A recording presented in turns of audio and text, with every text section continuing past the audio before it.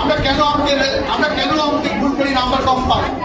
ধরো তোমাদের স্কুলে গেটের সামনে লেখা আছে এই বিদ্যালয়ের গেট দিয়ে প্রবেশ করবেন না, করলে 1000 টাকা ফাইন হবে। তোমরা কি কেউ ঢুকবা? আমরা কি ঢুকবো? আমরা হেড স্যারকে ফোন করে বলবো আমরা আসছি, আমরা কি ঢুকবো? আপনার গেটের সামনে লেখা আছে 1000 টাকা ফাইন হবে, তাই না? ঠিক আছে, এক ভদ্রলোক, সবাই শোনো, সবাই শোনো,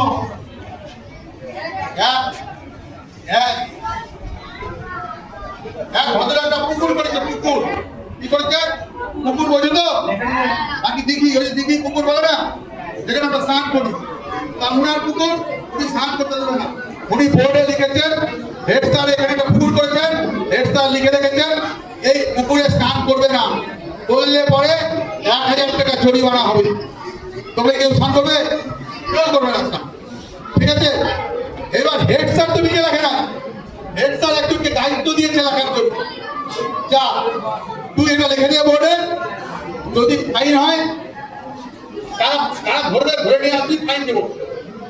যে লিখতে গেছে তার আবার এই শব্দ কেন? সে বলতে স্যার বলতে শব্দগুলো লিখবো, তিনি কি করবে? ভুলবশত নায়ের আগে কমাটা আছে, নায়ের আগের কমাটা নায়ের পরে দিয়ে দিই। সবাই নামে গেছে এবার টাকা নেওয়ার জন্য।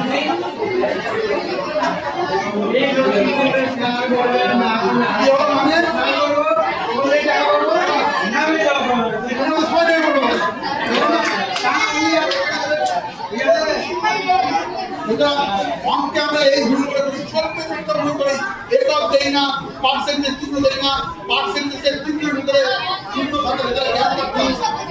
বুঝলেন তো? গ্যাপ রাখতে হবে, সেই গ্যাপ রাখুন না। অর্থাৎ আমাদের লেখার কথা হেড স্যার বলতে লিখতে এরকম কাম করবেন না, বললে 1000 টাকা জরিমানা হবে। হেড স্যার যাকে পাঠিয়েছেন তিনি কমান্ডটা আগে দিয়েছেন, দেওয়ার পরে কি হলো? এই স্কুলে স্নান করবে, না করলে 1000 টাকা জরিমানা। আর দেখতে পাচ্ছ অবস্থা, যে যেখানে ছিল সবাই স্নান করতে নেমে গেছে, যে ভাবছে 1000 টাকা করে পাবো, তোমরা ট্রাই করতে।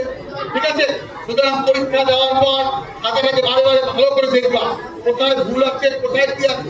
যদি মনে থাকে আমাদের কথা, এটাই আমাদের পাইস, যে না আমাদের লাভ হচ্ছে।